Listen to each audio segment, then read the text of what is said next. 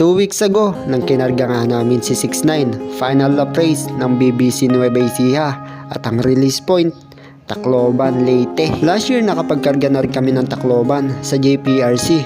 Yun nga lang, hindi tayo pinalad at hindi nga nakauwi si Miss Baliling nun. At ngayon muli tayong susubok na makapagpauwi nga ng Tacloban at this time, si 69 naman ang ikakarga natin. Hindi na biro ang karera namin na to, Tacloban to Talavera, Nueva Ecija.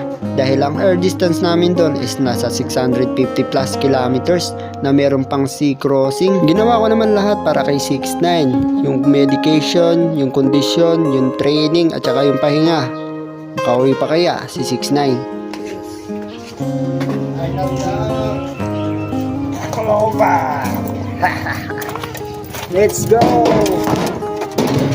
Excited na may halong kaba yung nararamdaman ko ng mga oras na yan kasi hindi ko alam kung makakauwi pa yung alaga natin. Bas dito ba? Joseph Baldido, Sampalero. Wala na bas na? Ito, Nadia. 2 araw nga biniyahe yung mga ibon natin papuntang Tacloban. Pinakain din nila at pinainom bago pawalan sa release point.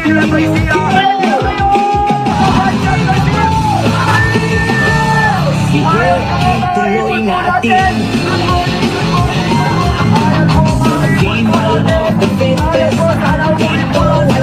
March 15, 2025, eksaktong 6:10 ng umaga nang pinawalan yung mga ibon namin sa Tacloban. Bali 2-day race ang karera nato at nagsimula ang abangan bandang alas 4 ng hapon. Napakainit at napakatahimik sa GC ng mga oras na yan. Dahil lahat ay nakatutok kung sino ay mananalo at makakapagpa-daybird ng araw na yun. Tila ba ay laban ni Pacquiao na tumahimik saglit ang mundo ng pigeon racing. Kaya naman nakatutok kami ni Kuya ng mga oras na yon na baka sakali makauwi si 69. Malubog na ang araw, Gar. Lala, oh.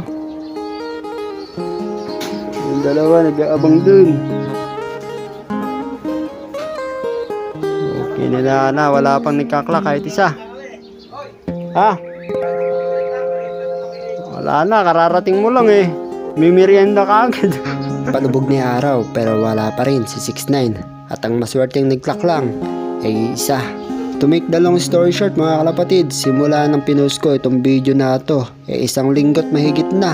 Wala pa rin si 69. Sa pangalawang pagkakataon na kumarga tayo ng Tacloban, muli tayo nabigo. Oo mga kalapatids, pasensya na at hindi natin napauwi si 69. At meron niyang bali-balita, yung ibang mga ibon napadpad nga sa Mindoro. Pero ganun talaga, hindi lang naman ako ang nawalan. Marami kami. Sanay na rin naman ako para sampay yung sinasabi ko na gugulong pero hindi susuko. Kaya ito, focus na ulit ako sa bagong karera sa North Race. Abangan nyo to guys. Bago ko pala tapusin itong video na to, maraming salamat sa sumuporta at nakiabang kay 69.